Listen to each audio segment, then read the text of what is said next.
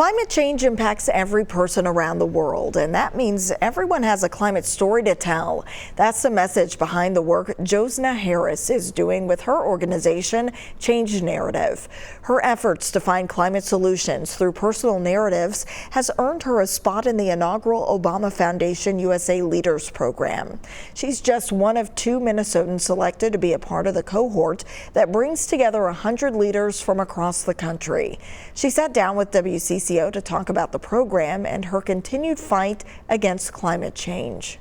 Change Narrative is an organization that is building capacity in the climate justice movement through the power of our stories. And the work is really to work with people to craft powerful personal narratives of climate change in ways that help them build their own confidence as leaders, but also as a tool to advocate for solutions. And my work has really, for a long time, involved coaching people to discover their connections to climate change and to be able to feel the power of their own voice. You know, you have something powerful to say, and we need you to tell your truth in a way that reinforces the data. When you think of climate change and finding solutions, a lot of people think of science, right? But you try to fight it with storytelling. Can you talk about the power of that and why that is part of the solution? Storytelling is an excellent entry point into climate conversations because it helps us to understand how the data is relevant to our lives. And so we can speak about it in ways that share our human experience of what it means to be alive in this time, because climate change is all around us. It's in our backyards, and we are all living through the reality of it. So it becomes important to be able to not only understand our personal connections, but to be able to share them in public ways so that we can shift the ways we talk about it. This is a problem for everyone, and everyone has a story, and everyone can share their story. Yes, and interestingly, most people that I work with begin by telling me that they don't have a story, or that the story they could tell is not important enough. And so that actually is the work, is affirming and validating people that, yes, you do have a story, and your voice is powerful, and we need you to be able to talk about it. A lot of people, they feel like a sense that they don't know enough to be able to talk about it. And that's because for a long time, we've sort of dominated climate communications with the science. And with that comes the message that you have to be an expert or you have to be credentialed to be able to talk about it in meaningful ways. But because we are all experiencing climate change now, it becomes important for all of us to be able to discover those personal connections and to be able to talk about it. And there is a place in conversation for the facts, but sometimes when you lead with the facts, it can shut the conversation down instead of opening it up. So telling a story bends the listener's ear to hear in a different way, which elicits compassion and understanding and more of what we need in the world. Another thing that Change Narrative I know focuses on is kind of that intersection between climate change and social justice and how the issue specifically impacts BIPOC communities and communities of color. A lot of times those are the stories that go unheard. In order to repair harm and shift damaging narratives in mainstream climate communications, we actually need to amplify the voices of everyday people, and specifically those who have been traditionally excluded, Black people, Indigenous people, people of color, those who identify as LGBTQIA+, people with disabilities, elders, youth, who are really bearing a disproportionate burden of the impacts, and to tell stories in ways that highlight the importance of listening to those who are on the front lines of the climate crisis, who have a unique perspective and proximity to the issue. And so those are the essential testimonies we need to be able to guide us in the just solutions that we are seeking. And are you finding a lot of those stories through Change Narrative? Yes, I'm so honored to listen and learn from people every day through people telling me their stories. And my work is to listen and to help weave together a narrative, and then we work together on it until we land on a story that is really honoring to that person's unique identity, but also their experience. And so I work with people here in Minnesota who experience cumulative impacts of environmental justice, but also people around the nation. And it is really just enriched me with so much more understanding of how climate change is really showing up. So it's really that pairing of our voices with the science and the data that creates that essential head and heart combination that is essential for sparking and sustaining our action.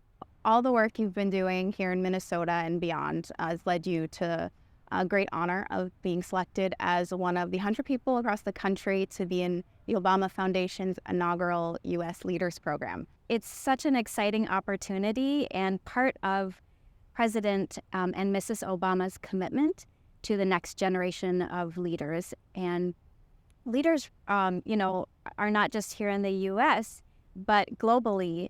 So Obama leaders cohorts are already moving in Africa, Asia Pacific, Europe, and now here for the first time in the United States.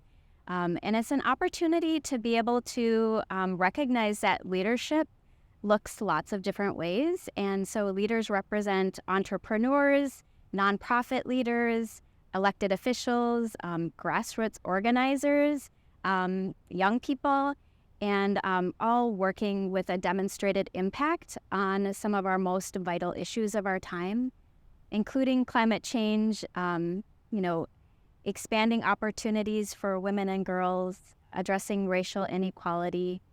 And it's really when we get to collaborate across sectors and across differences that we have the opportunity to really create intersectional solutions that will strengthen our democracy. That's such a huge part of this program is you're connected to 99 other change makers. What can that do for your line of work? Yeah, well, when it comes to climate change, we really have to think about solutions beyond a siloed approach, and that climate change is very much interconnected with social justice. When we think about climate solutions and we work to draw down our emissions and transition to renewable energy, we also have an incredible opportunity to center justice so that we don't recreate the systems of extraction and oppression which have led to the climate crisis. So it's an incredible opportunity to think about how we are thinking about the solutions that already exist and the solutions that will be, and creating an opportunity where everyone's voice matters and we all have an opportunity to shape what those solutions look like.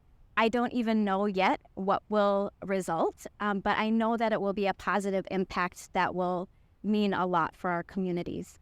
It was exciting just kind of going into it without any sort of, I'm sure you have expectations, but exactly the result of it could be so many things. Absolutely. And I think that is one of the essential roles of storytelling, is to reimagine what is possible and to reimagine a more vibrant and bright future. And so when I think about the opportunity to be part of the Obama Leaders USA program, it is that sort of feeling that we don't know what we don't know yet, and we have an opportunity to be able to create it, not just through ourselves or through our own efforts, but we as a collective have this really amazing opportunity to build a future that we are already working towards, but we need a lot more investment and attention to be able to drive it. The other piece is that we know that the majority of Americans are concerned about climate change, and actually the majority of Americans are also experiencing climate grief or anxiety about what we are dealing with right now and for the future. But we know, according to Yale's program on climate change communication, that the majority of Americans really fall into this middle camp of being concerned but not necessarily being engaged in action. So it's a huge area of opportunity to be able to focus community engagement and public discourse and solutions towards this movable middle, as it's called, to be able to engage really everyday people and seeing themselves as part of the solution, and that we need everybody. On its website, the Obama Foundation says that its mission is to turn hope into action. How would you say that your work does that? As a woman of color, people have told me, I need to see you. I need to see you in this movement, and I need to see you on the stage and talking. And that has been a mind shift for me, because I think many of us think about the role that imposter syndrome can play when talking about something like climate change, where there's so much information you can't possibly know it all. And it tends to create an overwhelm in people.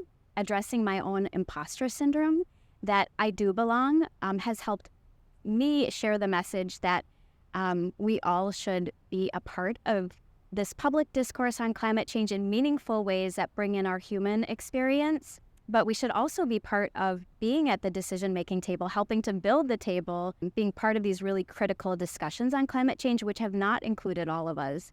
And so really rethinking what it means to be an expert, because we are all experts in our lived experiences. You can learn more about Harris's work online at changenarrativeconsulting.com.